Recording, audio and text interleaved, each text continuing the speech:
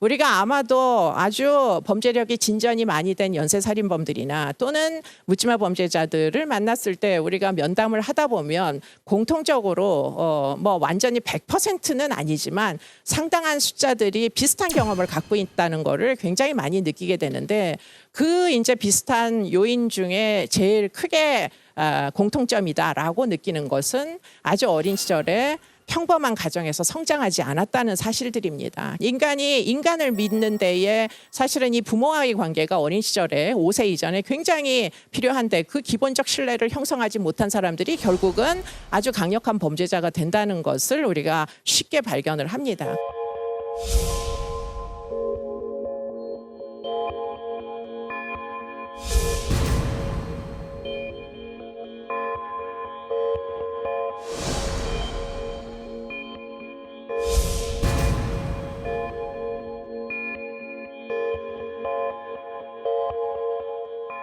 인간의 뇌의 기능은 나이를 먹으면서 사실은 발달을 해 가죠. 어린 시절에는 아까도 말씀드렸지만 태어나자마자 영아는 자기 통제력이 아직은 발달되지 않은 상태로 태어납니다.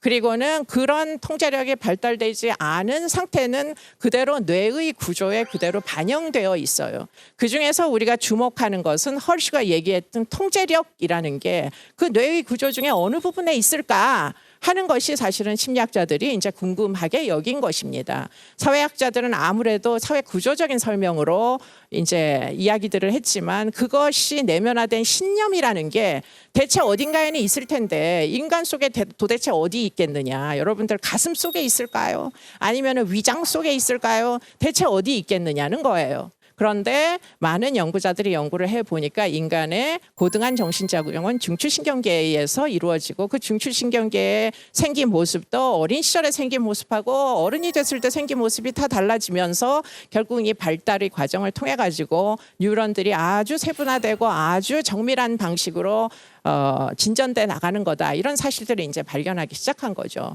지금 이 슬라이드에서 보여드리는 그림들은 이제 뇌파를 가지고 어린 시절에는 굉장히 지금 여기 보면 불규칙하게 나오는 뇌파를 빨갛고 노랗고 한 색깔로 칠해 놓은 겁니다. 어린 시절에는 울긋불긋 뭐 여기 이 그림에서는 굉장히 좀 불규칙한 뇌파들이 많지만 성장을 하면 할수록 뉴런이 발달을 해서 결국에는 굉장히 안정된 뇌파로 거의 한 20세 정도 되면 아주 안정기로 들어서는 것들을 볼 수가 있고요.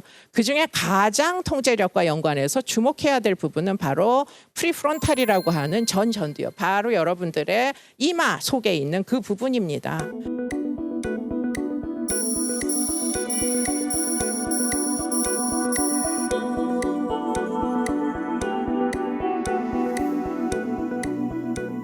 그렇기 때문에 그 부분에 있는 뉴런들이 아주 막대한 양으로 늘어나고 세분화됨으로 해가지고 결국은 그 뉴런의 고등한 정신작용을 통해 가지고 사실은 인간이 가지고 태어난 프로이드가 얘기했던 그 물밑에 가라앉아 있는 비이성적인 무의식, 화나고 뭐 아무 데서나 성폭행하고 싶고 아무 때나 먹고 싶고 싸고 싶고 이런 인간의 욕망들을 결국은 여러분의 이 전두엽에 있는 뉴런의 다발들이 사실은 컨트롤하게 된다는 거죠.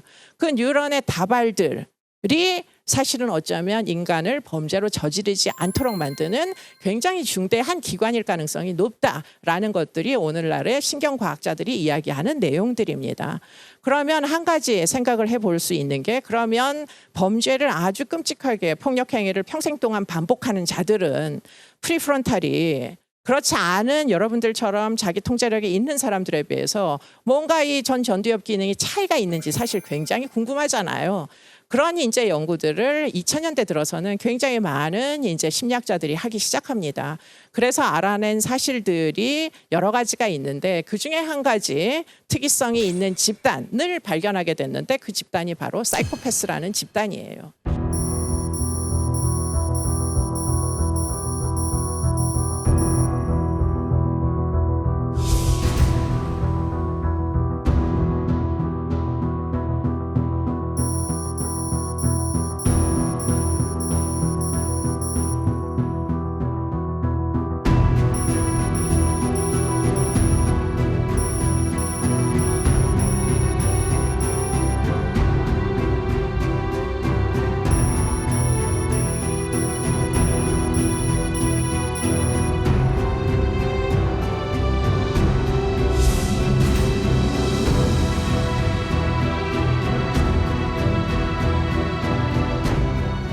사이코패스들은 뇌기능상에 뭔가 결핍이 있는 사람들일 가능성이 매우 높다.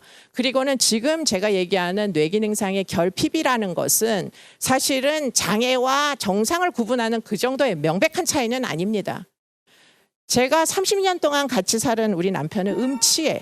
음치. 30년 동안 음치를 매우 일관성 있게 유지해 왔어요.